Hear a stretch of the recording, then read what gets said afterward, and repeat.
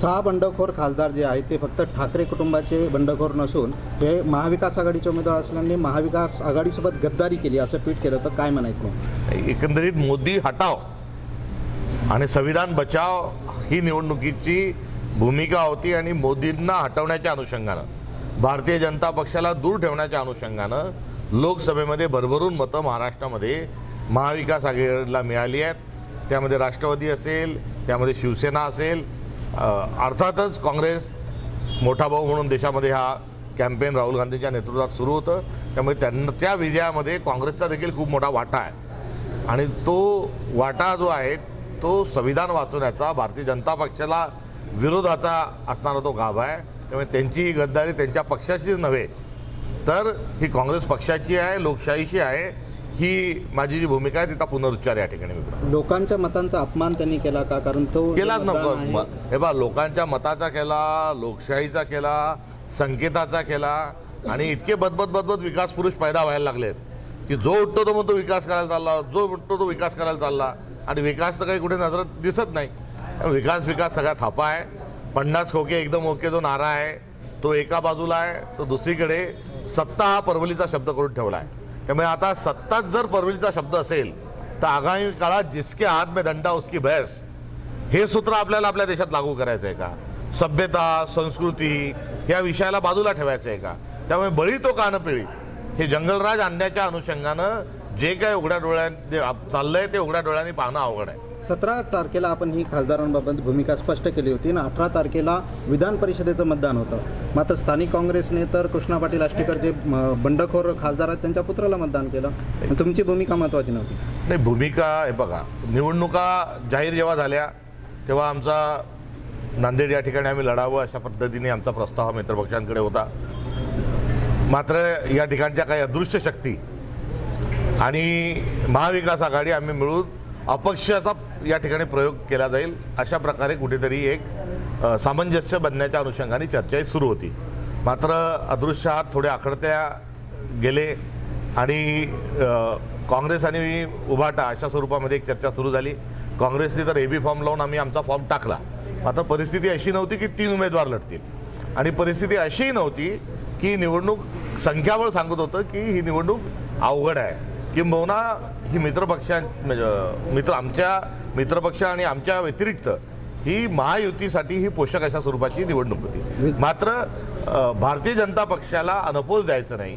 भारतीय जनता पक्षाला लोकशाही मूल्याच्या अनुषंगानं आपण आपली वैचारिक भूमिका घेऊन पुढे जायचं हा आमचा त्या ठिकाणचा निर्णय होता.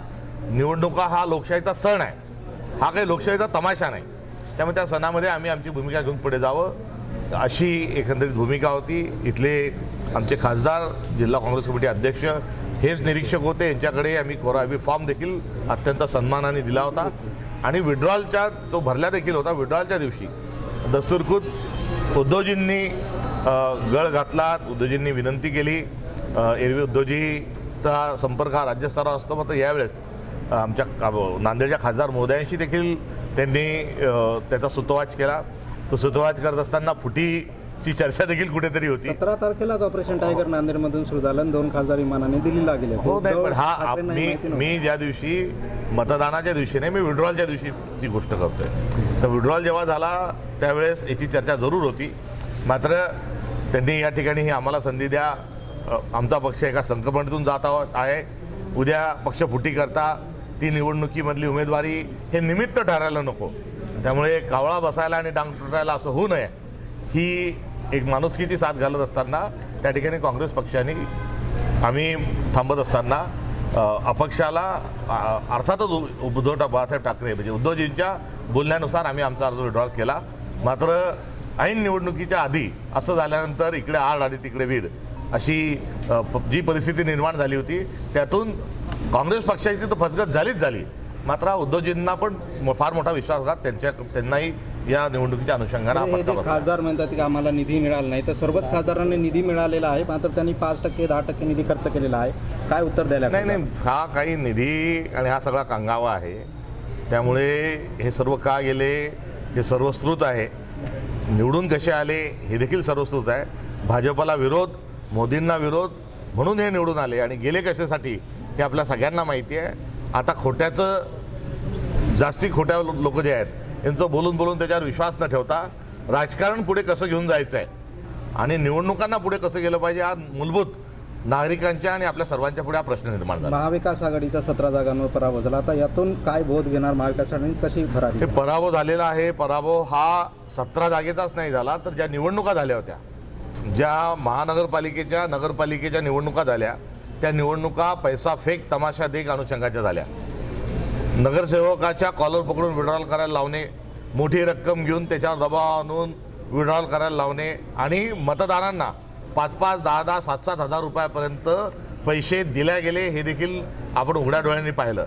एवढंच नाही तर मंगल कार्यालयामध्ये बोगस मतदार आणून ठेवला धर्माबाद आणि तो बोगस मतदार मतदान केला. हे महाराष्ट्रात वेगवेगळ्या ठिकाणी जे झालं त्याच्यात नांदेडमध्येही ठिकठिकाणी झालं. त्यातला मी मीडियाला धन्यवाद देईल की त्यांनी त्या ठिकाणचं बोगस मतदान हे कॅमेरे घेऊन गेल्या ते कसे पळाले याचे उदाहरण या सगळ्या प्रक्रियेतून.